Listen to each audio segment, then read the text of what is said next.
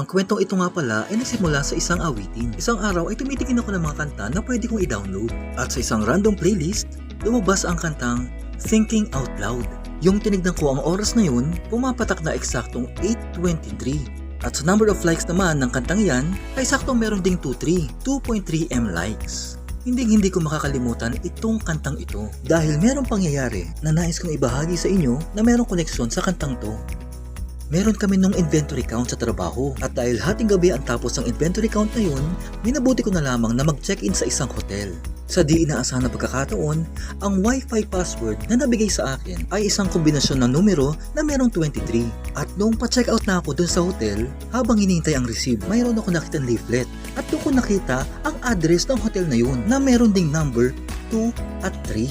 Pero dito ako mas namangha. May tumutugtog na musika doon sa lobby ng hotel. Na saktong-sakto habang nakita ko ang leaflet na merong 2-3 sa address ng hotel, ito ang narinig ko doon sa pinapagtugtog na kanta.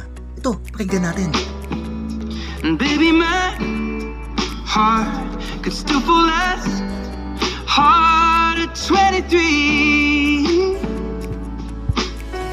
Sa personal reflection ko na para bang ang lahat ng ito ay konektado sa isa't isa, na baka merong gustong ipahiwatig na mensahe. Dahil dito, nagmuni-muni ako doon sa lyrics ng kanta. At ang kantang Thinking Out Loud ay isang storya na merong patungkol sa pag-ibig.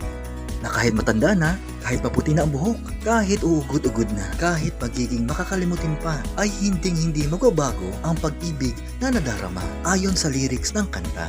Natandaan ko tuloy yung unconditional love. At kung tatanungin natin, ano ba ang pamantayan ng pag-ibig? O ano ba ang kahulugan ng pag-ibig? Ito, basahin natin. Love is patient, love is kind. It does not envy, it does not boast, it is not proud. It does not dishonor others, it is not self-seeking. It is not easily angered. It keeps no record of wrongs. Love does not delight in evil, but rejoices with the truth. It always protects, always trusts, always hopes, always perseveres. Love never fails. At lahat ng ito ay masasummarize natin sa iisang linya lamang. At ito ay ang God is love. Ang hindi umiibig ay hindi makakakilala sa Diyos sapagkat ang Diyos ay pag-ibig.